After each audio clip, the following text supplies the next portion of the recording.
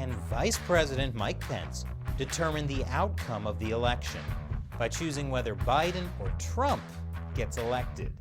Things are about to get weird. So, here's something that people are actually talking about.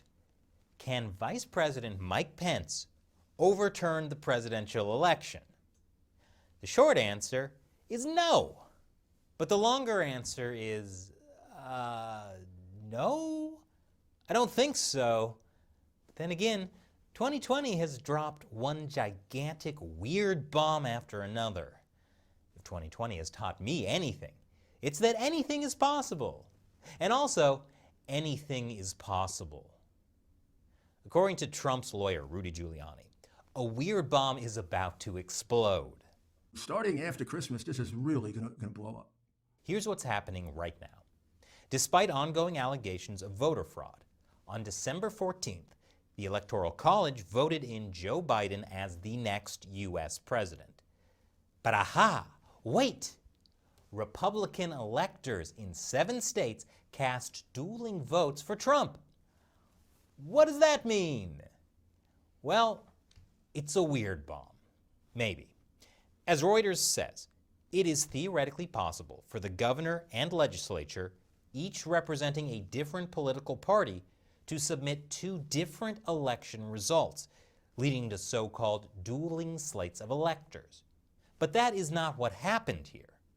These alternate electors that cast votes for Trump were not electors appointed by the state legislatures. These electors were appointed by the Republican Party in those states. What does that mean? It most likely means that they have no legal standing as electors and won't change a thing. But there are 2 lawsuits happening right now that make things a little more complicated, because there is a chance, a very slim one, that Congress may actually honor these alternate electors, and then Vice President Pence may get to call the final shot. First, there's a lawsuit filed by the election integrity watchdog, the Amistad Project of the Thomas More Society. The Thomas More Society is a conservative public interest law firm. The lawsuit basically says that state governors have used coronavirus restrictions to prevent their state legislatures from meeting. The lawsuit says that because of coronavirus restrictions, at present, state legislatures are unable to meet. This inability to meet has existed from Election Day and continues through various congressionally set deadlines for the appointment of presidential electors and the counting of presidential elector votes. The state legislatures of Pennsylvania, Michigan, Wisconsin, Georgia, and Arizona are unable to review the manner in which the election was conducted, are prevented from exercising their investigative powers, and are unable to vote, debate, or as a body, speak to the conduct of the election. In sum, state legislatures are impotent to respond to what happened in the November 3rd, 2020 election. So the lawsuit recommends that those laws preventing legislatures from meeting be declared unconstitutional. It also seeks to ensure that the Vice President and Congress do not count presidential elector votes from Arizona, Georgia, Michigan, Pennsylvania, and Wisconsin. Yep, that's a weird bomb. But there's a weirder weird bomb coming up next. Republican lawmakers are suing Vice President Pence. What? What is happening? Well, you see, the Vice President has a very important role to play during an election. The Electoral Count Act of 1887 requires the Vice President to affirm the winner of the elections. Vice President Joe Biden had to do that for Trump back in January 2017. He looks absolutely thrilled.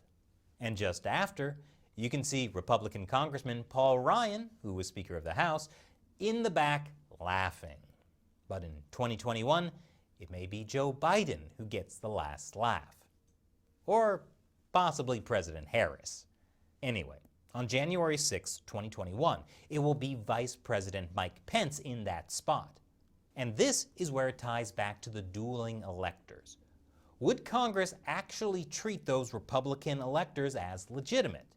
Welcome back. The Republican Party in some states has selected an alternate set of electors who would vote for Trump instead of Biden when Congress meets on January 6th. But would Congress treat them as legitimate?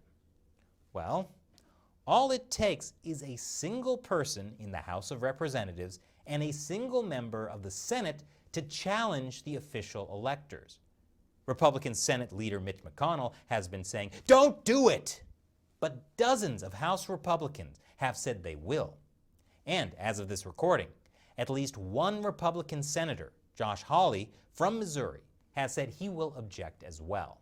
Hawley points out that Democrats have objected to the Electoral College certification before, like back in January 2005 after W. Bush was reelected, and in January 2017 after Trump was elected.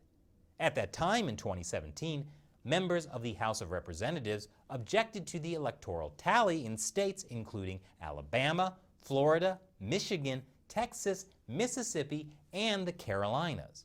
Some members complained about long lines at polling stations, while others cited concerns over Russian attempts to influence the result in Trump's favor. But then Vice President Joe Biden overruled those objections and at one point said that the election was over. That's what Paul Ryan and other Republicans were laughing about in this picture. But one key difference is that in 2005 and 2017, no senators objected, so that's where it ended. But now, coming into January 2021, there will probably be objections in both the House and the Senate. So what happens next? Well, according to the Electoral Count Act of 1887, both the House and the Senate would separately vote on the objections. I think we know how the Democrat-led House would go. And many Republican senators have also said they wouldn't support an elector challenge. So the Senate might not have enough votes to do anything either. But the lawsuit from Texas Representative Louis Gohmert says it should be Vice President Mike Pence who decides. According to the lawsuit, under the 12th Amendment, Defendant Pence alone has the exclusive authority and sole discretion to open and permit the counting of the electoral votes for a given state. And where there are competing slates of electors, or where there is objection to any single slate of electors, to determine which electors' votes, or whether none, shall be counted. Yes, the plaintiffs are suing Mike Pence in order to give him the power to decide which votes to count. I told you it was a weird bomb. The lawsuit argues the Electoral Count Act is unconstitutional, in part because it takes away that power from the vice president. And FYI, the lawsuit comes before Judge Jeremy Kernodle, a Trump appointee to the U.S. District Court for the Eastern District of Texas. And if the lawsuit is successful, and Pence gets to make the final call about which electors to approve, who do you think he'd pick? Well, it's actually not so clear. It would be a very interesting problem for him. Would Pence help elect Trump, and by extension himself, for 4 more years, but risk alienating mainstream politicians and the media? Or would he facilitate Biden taking office with hopes that this concession would give him the mainstream support he'd need to run for president himself in a few years, but also risk alienating tens of millions of Trump supporters? I'm going to go with, doesn't anyone care about whether there was voter fraud anymore? Politics are terrible. Of course, it probably won't come to that, because even in conservative circles, most people expect the lawsuit will fail. But if we've learned anything this year, it's that anything is possible. And with that, I put an end to the final episode of 2020. 2021 is shaping up to be a whole lot more of the same. Oh my gosh, I need a vacation. A time machine and then a vacation.